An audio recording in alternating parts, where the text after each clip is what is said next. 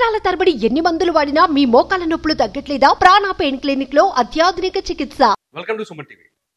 Kolkata doctor 31 ఏళ్ల junior doctor పైన జరిగిన హత్యాచారం కేసులో ప్రధాన నిందితులుగా ఉన్న సంజయ్ రాయ్ ఇవాళ ప్లేట్ ఫిరాయించాడు.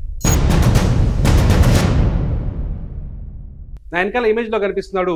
ఇక్కడ ఇంటర్నెట్ ద్వారా నేను ఓపెన్ చేసిన ఇమేజ్ సంజయ్ రాయ్ ఏ రోజైతే ఆగస్టు 9వ తేదీ తెల్లవారుజామున ఉదయం 4:03 ఎవరైతే హత్యకు గురైన డెడ్ బాడీగా దొరికిన జూనియర్ డాక్టర్ ఉన్న సెమినార్ హాల్లోకి ఎంటర్ అవుతున్న సీన్ ఇది. ఈ సీన్ ఒకసారి చూడండి. ఈ సీన్ ఇది. ఉదయం ఆ రోజు ఉదయం 4:03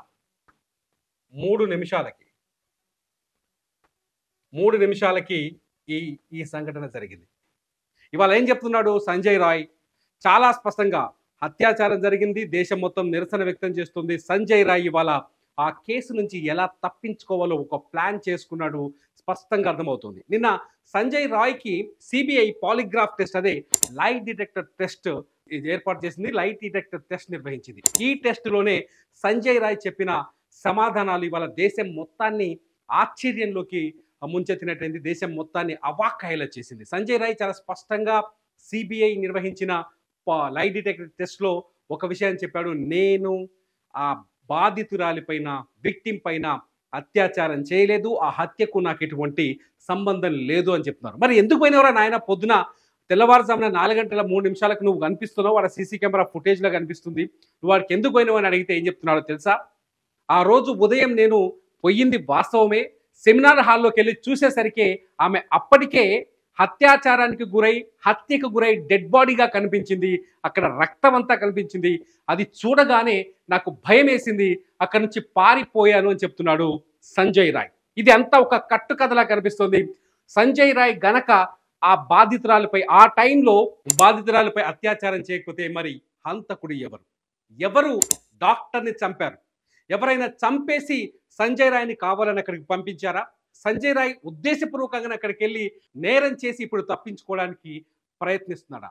లైట్ డిటెక్టర్ టెస్ట్లో అబద్ధం వచ్చిందా, రిజల్ట్ నిజం వచ్చిందా అన్నది ఇప్పుడు ఆసక్తికరంగా మారుతుంది. అయితే సంజయ్ రాయ్ ఈ హత్య చేసినట్టుగా సిబిఐ దగ్గర కానీ ప్రాథమిక విచారణలో కానీ కొన్ని ఆధారాలు దొరికాయి. చాలా స్పష్టంగా చెప్పొచ్చు. ఆధారం నెంబర్ 1 ఈ టైమింగే. ఉదయం ఆగస్టు 9వ తేదీ ఉదయం 4:03 ఎవరైతే బాధితురాలు నిద్రిస్తూ ఉన్నారో సెమినార్ హాల్లో, ఆ హార్జీ కేర్ హాస్పిటల్లోని 3వ అంతస్తులో ఉన్న సెమినార్ హాల్లో నిద్రిస్తుందో ఆ టైంలో మనోడు ఎంటర్ అయ్యాడు. ఈ ఇమేజే దానికి నిదర్శనం. ఆ తర్వాత 4:32 అంటే అతను లోపలికి వెళ్ళి ఉదయం 4:32 బయటకు వచ్చాడు. దాదాపు 29 నిమిషాలు 29 మినిట్స్ సెమినార్ హాల్లో ఉన్నాడు.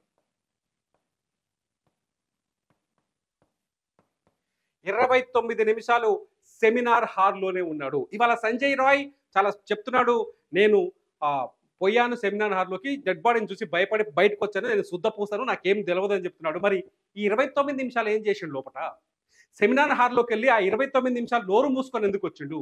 సెమినార్ హాల్లోకి వెళ్ళి సెక్యూరిటీ గార్డుగా పనిచేస్తున్న సంజయ్ రాయ్ ఎందుకు ఆసుపత్రిలో ఇంత పెద్ద ఇన్సిడెంట్ జరిగిందని మిగతా వాళ్ళకి చెప్పలేదు? చెప్పకుండా అక్కడి నుంచి పారిపోయాడు. ఆసుపత్రిలోనే ఉన్నాడు కదా, ఎందుకు పారిపోయాడు? ఇదే అసలైన ప్రశ్న.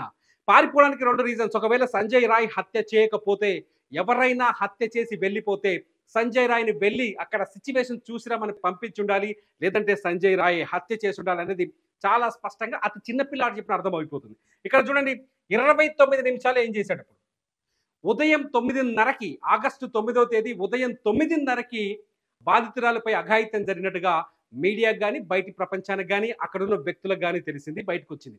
ఉదయం 9:30 ముందే ఉదయం 4:32 మనోడు 4:03 లోపలికి పోయి శుద్ధపూస ఏం చూసి వెనక్కి వచ్చిండు, ఎందుకు బయట వాళ్ళకి చెప్పలేదు? కనీసం ఆసుపత్రి యాజమాన్యానికైనా చెప్పాలి కదా, ఎందుకు చెప్పలేదు? అంటే ఇందులో సంజయ్ రాయ్ నిజంగానే ప్రేరేపితుడైన నిందితుడు.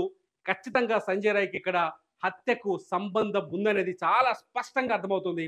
ఈ విషయాన్ని లైట్ డిటెక్టర్ టెస్ట్లో కూడా సిబిఐ కనిపెట్టలేకపోయిందా అనే సందేహాలు ఇక్కడ కలుగుతున్నాయి. ఇకపోతే చాలా స్పష్టంగా సంజయ్ రాయ్ హత్య చేసినట్టుగా చాలా ఆధారాలు మన దగ్గర ఉన్నాయి.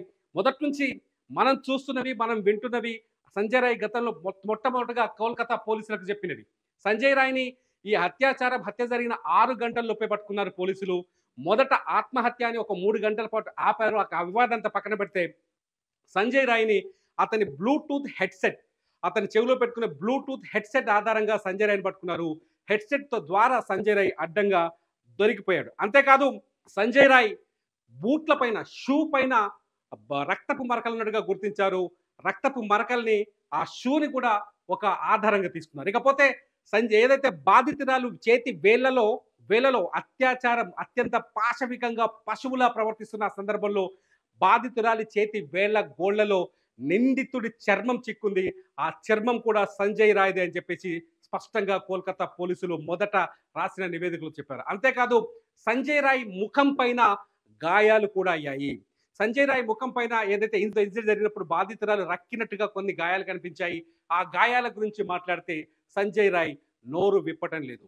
సంజయ్ రాయ్ అఘాయిత్యానికి పాల్పడ్డట్టుగా అనేక ఆధారాలు కనిపిస్తున్నాయి. అంతేకాదు సంజయ్ రాయ్ ప్రవర్తన పైన కూడా చాలా స్పష్టంగా ఉంది. అతను ఒక విమనైజర్, అతను ఒక పోర్నోగ్రఫీ అడిక్టెడ్ క్యాండిడేట్. అంటే ఈ అశ్లీల దృశ్యాలు, రెడ్ లైట్ ఏరియాకి తిరగడాలు అత్యంత నీచంగా పశువు లాంటి వ్యక్తి అని చెప్పేసి సిబిఐ ప్రాథమిక రిపోర్ట్స్లో, తాజాగా ఇన్వెస్టిగేషన్ మొదలుపెట్టిన సిబిఐ ప్రాథమిక రిపోర్ట్స్లో కూడా తెలియదు. ఇవన్నీ ఉన్న తర్వాత కూడా అతను బ్లూటూత్ దొరికింది. అతను ఉదయం 4 గంటల 3 నిమిషాలకి సెమినార్ హాల్లోకి వెళ్ళాడు. 29 నిమిషాల పాటు సెమినార్ హాల్లో ఉన్నాడు. 4 గంటల 32 నిమిషాలకు సెమినార్ హాల్ నుంచి బయటకు వచ్చాడు. నాకేం తెలియదని చెప్తున్నాడు ఆ శుద్ధపూస. ఆ శుద్ధపూసనే ఈ హత్య చేసినట్టుగా అనేక ఆధారాలు కనిపిస్తున్నాయి. 4 గంటల 3 నిమిషాలకు పోయినట్టు సీసీ కెమెరా ఫుటేజ్ చెప్తోంది. అతను అంతకు ముందు రోజు ఆగస్టు 8వ తేదీ రాత్రి 2 గంటల 45 నిమిషాలకి ఎవరైతే బాధితురాలు ఉన్నారో ఆమెతో మాట్లాడినట్టుగా ఆధారాలు ఉన్నాయి. అంతేకాదు బాధితురాలు హాస్పిటల్లో తన వైద్యం చేసుకుంటూ ఉంటే ఆమె ఫ్రెండ్స్తో కలిసి టీ తాగుతున్న సందర్భంలో ఆమెని చుట్టూ రెక్కీ చేసిన ఆధారాలు ఉన్నాయి. అంతేకాదు అతను వచ్చిన తర్వాత, ఇన్సిడెంట్ జరిగిన తర్వాత అతను ఎవరికి చెప్పకుండా పారిపోయాడు. ఇది కూడా ఒక ఆధారం కింద తీసుకుంటారు. ఇదే కాదు, అతని బాధితురాలి చేతి వేళ్ల గోళ్లలో చర్మం ఉన్నట్టుగా ప్రాథమిక నివేదికలు చెప్తున్నాయి. బాధితురాలు ఎవడైతే నిందితున్నారో తన షూ పైన రక్తపు మరకలు ఉన్నట్టుగా కొన్ని నివేదికలు చెప్తున్నాయి. ఇవన్నీ చూస్తుంటే సంజయ్ రాయే నిందితుడని అన్ని ఆధారాలు చెబుతున్నప్పటికీ సంజయ్ రాయ్ మాత్రం నేనే తప్పు చేయలేదు, నేను అఘాయిత్యానికి పాల్పడలేదు అంటాడు. ఇది నమ్మశక్యంగా ఉందా? మీరే కామెంట్స్ రూపంలో చెప్పండి. బాధితురాలపై అత్యాచారం చేసి హత్య చేసింది సంజయ్ రాయా కాదా? అతను నిజాలు చెబుతున్నాడా, అబద్ధాలు చెబుతున్నారా? లై డిటెక్టర్ టెస్ట్ లో అతను చెప్పింది అబద్ధమా నిజమా? కామెంట్ రూపంలో మాకు తెలియజేయండి. మీ బిజినెస్ ఏదైనా మీ ఊర్లో ప్రమోషన్ చేయాలంటే అది సుమన్ టీవీతోనే సాధ్యం. ఇప్పుడే సంప్రదించండి.